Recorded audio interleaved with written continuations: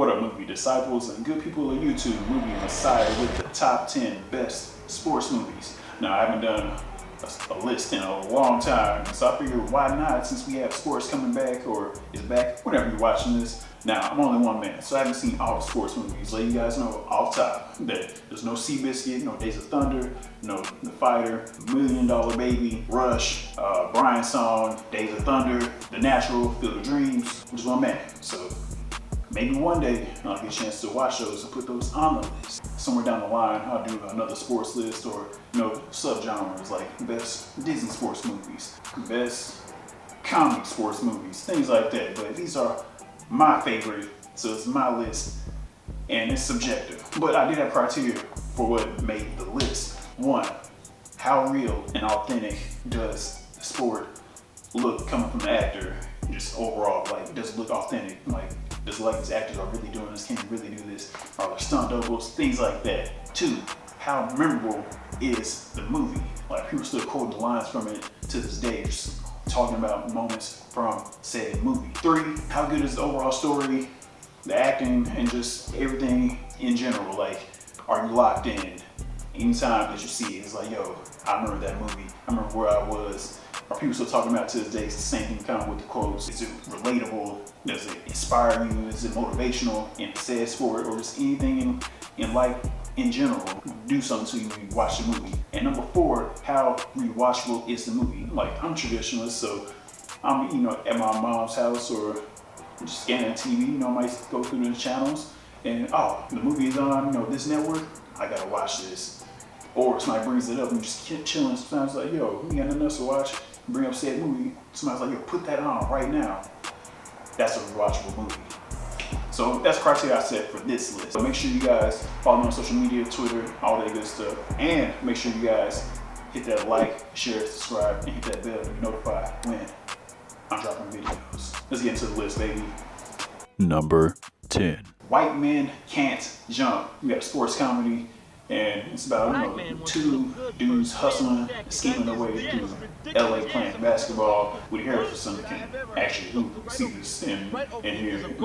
It's not really for the hoops, even though hoops is pretty solid in this. You're here for the undeniable chemistry between the two, because they butt heads and go back and forth, and it's just fun. It's a fun movie.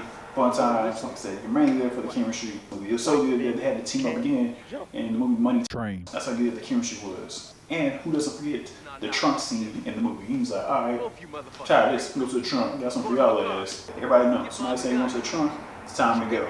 That's hoops anywhere. Somebody going to the car, get out. Number 9.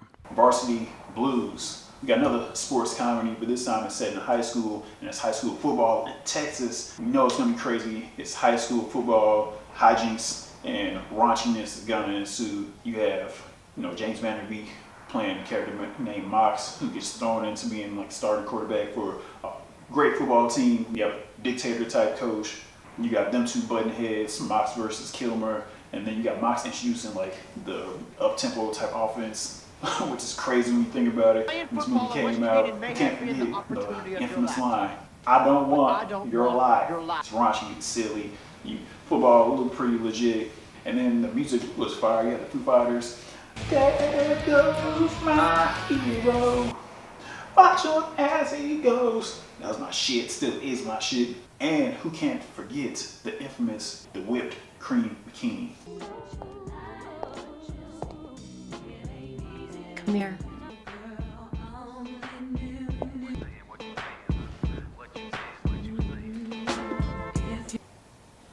Number 8. Moneyball. Sports meets math, or baseball meets math. I'm not a huge baseball fan, so maybe that's why there's not too many on my list. But for what this movie did, it got me interested, how they are building teams, especially with this movie. It's based, on a real life story on Billy Bean. You got Jonah Hill coming through, killing it. Jonah Hill's characters is pretty much saying like, yo, you can't build teams like other people because we're broke and we're cheap out here. We're not the Yankees. We're Oakland, so we got to do it differently. We got to be able to like buy wins. So we got to buy players who can systematically fit together, and that's what they do. Like, change the game forever. I enjoyed the hell out of this movie. You don't get to see too much like on the field. You get to see enough And Chris Pratt comes in, does his thing. A couple of the actors you've seen before have me engaged. Aaron Sorkin wrote it, so the dialogue is going to be top notch. Brad Pitt does his thing, charismatic as ever. He's like in his pocket. You gotta love the relationship that he has with his daughter. Instead of cliche, I'm not home enough. Like he was trying to be there for his daughter. I enjoyed the whole movie overall. Number 7. Love and basketball. You have like the passion for the game, trying to figure out who you are and how do you balance both. And you get it from a woman's perspective, played by Sanaa Lathan playing Monica. She's a hooper, but it's not the same for women hoopers as it is for men hoopers, or just like women sports versus like men's sports. So I enjoy seeing this from this angle. And I mean, you pretty much get the title of what this movie encompasses and entails in the movie. Like she's trying to find the balance between playing ball and then trying to have a love life, and she eventually falls in love with her neighbor, played by Omar Epps playing Quincy. You get to see that. I just enjoy watching the tale that we don't get to see because it's not really fair. But women have to go over and play ball overseas just like to earn a living. You want to continue playing ball. So like early on, like when the WNBA had kind of just started a few years earlier. This came out in 2000, and I just enjoyed that, seeing this. Oh, okay, that's what you gotta go through just to come over here, just go over there, to come back over here, to have a life. It's crazy. It's a great movie, a romance sports movie that encompasses everything that it takes to be a star athlete and trying to figure out what you want to do in your life and how you continue pursuing your passion while pursuing your heart. A personal life. Loving basketball is the real deal. Number 6. Any Given Sunday. This is a sports drama that gives you insight into professional football. Every angle is being locked in and covered on this. You have it from the old school coach and QB to the new school GM/owner played by Cameron Diaz, to the politics of what it takes to be a quarterback, especially a black quarterback who is like pushed off to the side. It's covering racism because he has what it takes, but people are so used to the old regime. They're not used to the new thing. And this is crazy to say, like 1999, it's like right before Michael Vick got like take off and coming to the league. Just like the old, changing from the old guard to the new guard. Performances was great. Like it was so much tension in the movie and on the set and off set, where Jamie Foxx and LL Cool J end up fighting for real in real life and were beefing with each other for a while. Jamie Foxx playing Steamin' Willie Beamen has his own song in there. It's kind of like a little mix between like Deion Sanders and Michael Vick before he got to the league. Just a fast quarterback and had the confidence, just wasn't getting an opportunity. Like this took Jamie Foxx, if he didn't know he could act, this took him to another level right here, in my opinion. It was like, oh, okay, Jamie Foxx is the real deal. You got former athletes and even current athletes that at the time when this came out in the movie, like T.O., Jim Brown, Lawrence Taylor was in the movie. Everybody crushed in this movie. Oliver Stone delivered super long, so you're ready for a long movie, but it's well worth it. The action was legit. Like I enjoyed it, and like I said, can't forget. They call me Steve. My name is Willie. It's killing it in that. Number 5. Warrior, another sports drama, but this time with a family twist. Two people getting ready to meet up, and then you find out that they're brothers. It's crazy as hell. Like, find something for both sides.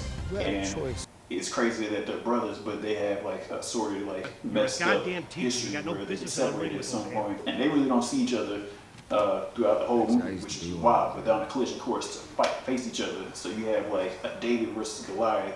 And you got the David, you got Joel Edgerton's character. He's just trying to do right by his family.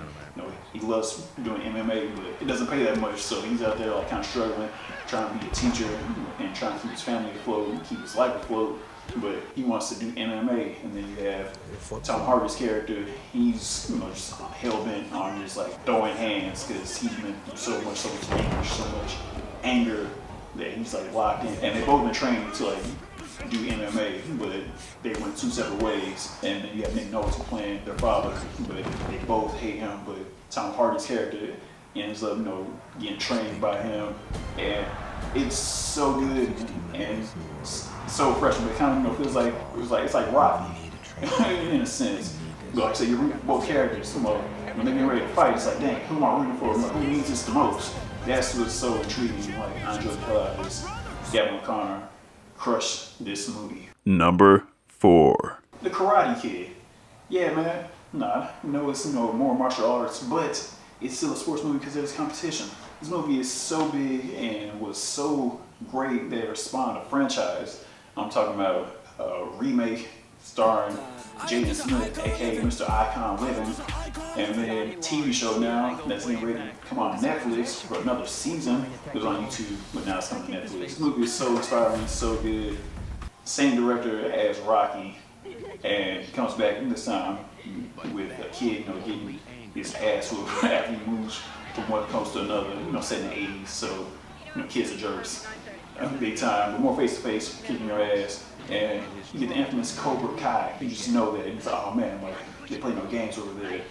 And Russo, he's everyman. Everybody, roots for him. He's underdog again. We see a lot of these movies, a lot of underdogs in here. And then you get, Mr. Miyagi, played by Pat Morita, comes through, teaches him about, personal balance through martial arts. So he gets to, learn a skill and a life lesson about fighting and, what it can do for you instead of just being so angry and just trying to, dish out. And you get to switch the leg and the cream, he gets everything at the end, but it's a great underdog story.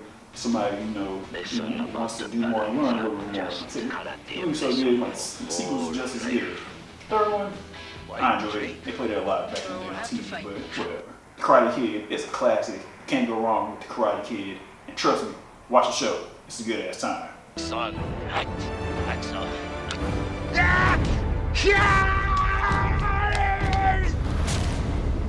Come back tomorrow. Number 3. Remember the Titans. We got a sports biopic starring Denzel Washington. This movie, it's inspirational. It gives you everything. It has a little Disney gloss on it, but you still root for it. You still locked into every moment. It's dealing with everything coming from commitment, teamwork, racism, prejudice, to friendship. In the end, a lot of quotable lines in there. Left side, strong side, that whole bit. Denzel Washington saying John Brown hind parts, so many good ass lines. One of the most quotable lines in the movie wasn't even delivered by Denzel Washington. It was by Coach Yost. I want to give another yard. Another yard. You blitz all night. They crossed the line of scrimmage. I'm gonna take every I'll last take every last one you out. Make sure You make sure remember they will forever. ever. The night they played the Titans.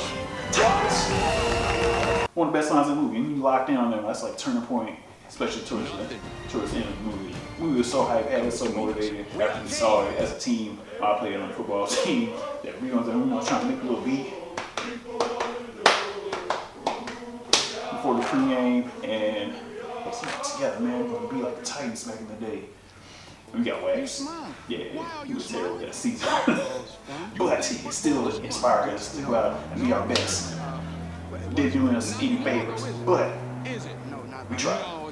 Remember the Titans, man. Can't go wrong with this. It's a good ass movie. Number 2. Friday Night Lights, based off a book, and this movie was so good that it was like, yo, we gotta do this again. Let's do it for TV. And also because the book is that good as well.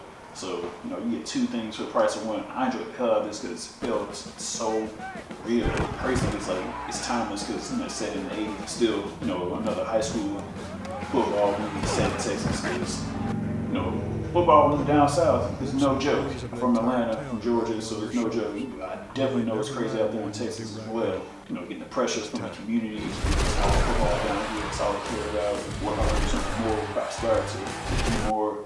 Or if I can't live up to expectations, getting your dad cussing you out, to have a tense coach, played by Billy Bob Thornton, he did his thing in this. He was a hard ass, but he still, had some care. There's a little bit there. They might, get in their ass. But some of them, show a little glimmers. Oh man, I got your back. That's why I enjoyed this movie so much. It was so real because, once you're done football in high school, it might just be the end of the road for you. You might just go on, just do something else. And never touch, the field ever again. Also, had some great quotable lines by Derek Lou playing Ruby Miles. You want to win, you want to put Ruby in. I was so hyped and so sad at the same time, watching his character went through the turmoil. Man, it just felt real. That's all he has, football. Took football away, felt like he was nothing, man. That's what sometimes it is when you don't know any better. So never forget Friday Night Lights. All right, made it towards the end, but before we get into it, got some honorable mentions. Some movies that are this close to making the list. Happy Gilmore. I mean, who doesn't love Adam Sandler playing golf as a hot-headed golfer going against Bob Barker? Classic. Never Back Down. Another MMA movie. You know, another underdog story. Fighting for My Family. Just came out not too long ago. I didn't want to throw it on the list just yet, but when I do another list, it might go on there. He Got Game. Spike Lee, Denzel Washington teaming up again. Also, Bring It On. It was this close to making my list. This effing close to making the list. I almost put it on there. I want to. White Men Can't Jump Off the List. Two rival teams going at it. Clovers versus Toros. Good ass, sounds funny as hell. Team comedy. Saw it 3 times when it came out. Show ain't you a bit. Whatever. Let's get into number 1. All right.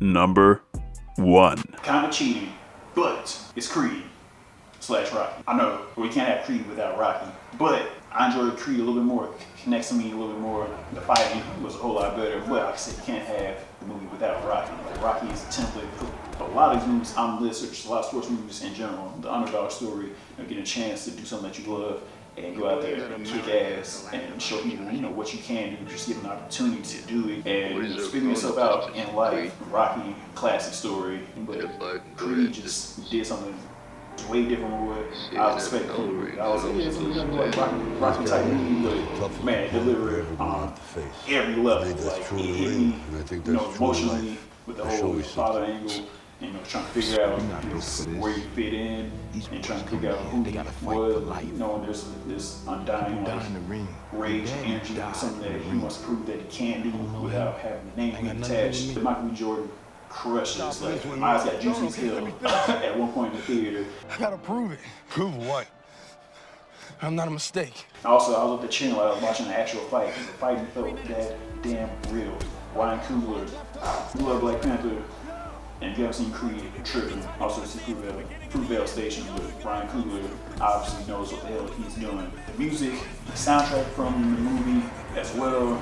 It had everything in there. You know, it had little rocking glimpses as well, but also mixing and make it a little modern. Had me hype, you know. I'm getting chilled right now talking and thinking about the movie and just being there watching it the first time. And it's so good, you know, the sequel is just as good, but you want to see a movie about inspiration, figuring out who you are, fighting for what you want, and going after what you want. This is a movie. It's just a great overall movie. Just drama in general. You don't have to see Rocky to enjoy Creed, but to truly feel everything, you gotta watch all the Rockies. He does Creed. But that's just what I think. That's my number 1 though. Creed is my number 1 Creed / Rocky. Alright. Boom, there you have it. That is my list. Top 10 best sports movies. It's my list, like I said, it's so subjective. So let me know what you guys think about my list. And if you have your own list of the best sports movies, post your comments down below. Make sure you guys like, share, subscribe, hit that notification bell so you guys are notified when I drop videos. Also, make sure you guys follow me on social media, Twitter, Instagram, all that good stuff. Holla at your boy over there as well. I look forward to hearing you guys' thoughts about my list, because I know there's a lot of movies that probably could have been on this list, and you guys probably feeling some type of way. If you like this list, cool. If you didn't, like I said, make your own, man. It's your boy, Movie Messiah, Base 5. Let's ride.